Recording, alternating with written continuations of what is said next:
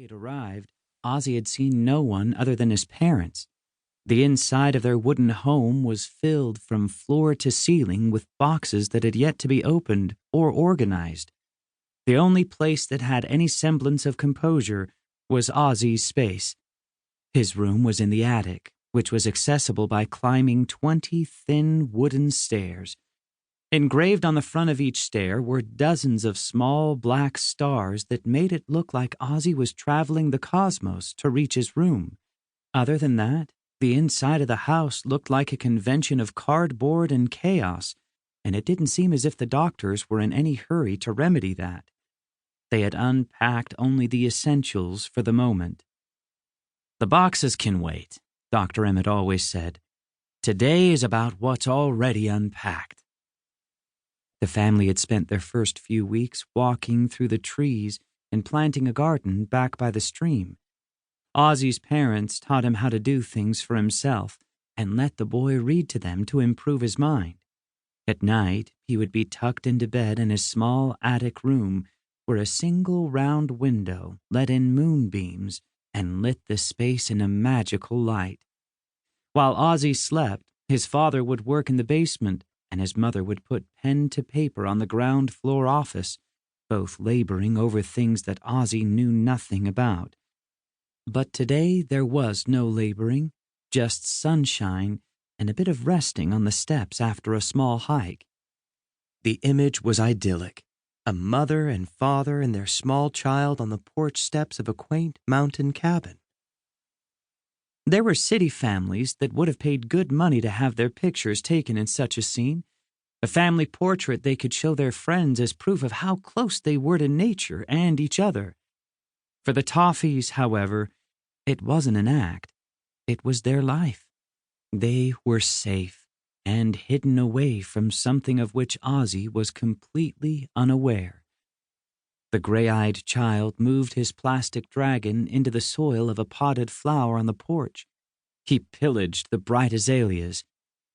"Ozzy," his mother said with a warm smile, "your dragon might enjoy running through the stream more than dirtying its talons here in the mud. And you're old enough to play behind the house by yourself."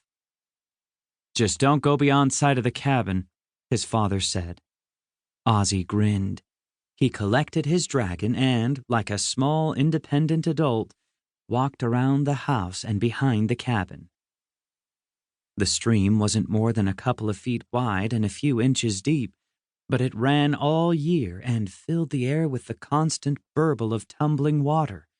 It originated from a spring near a dark stone wall and wove through the nearby trees and down away from the cabin. The dark wall was covered in moss and the stain of 1,000,000 years of wet skies. Animals of all kinds gathered often near the water to drink. A skinny brown fox who had been doing just that saw the boy and darted off.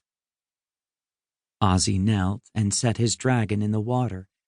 A cold trickle of liquid washed around his small fingers, and he shivered. The toys stomped through the water and over the slick rocks.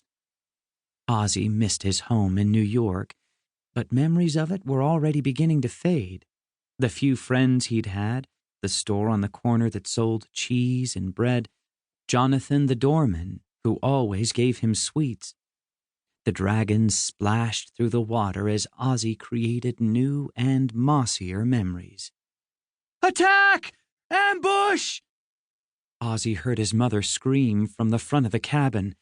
The young boy dropped his toy and kneeled tall. His mother screamed again. He could hear his father shouting and unknown voices shouting back. Ozzy stood up and ran. His steps were uneven as he bolted forward in what looked like a prolonged stumble. He reached the front of the house and saw several men in green clothing. Some were in the cabin. 2 of them were pulling his parents into the trees and away from the scene. "Mom!" Ozzy screamed. "Ozzy!" she yelled. Ozzy froze.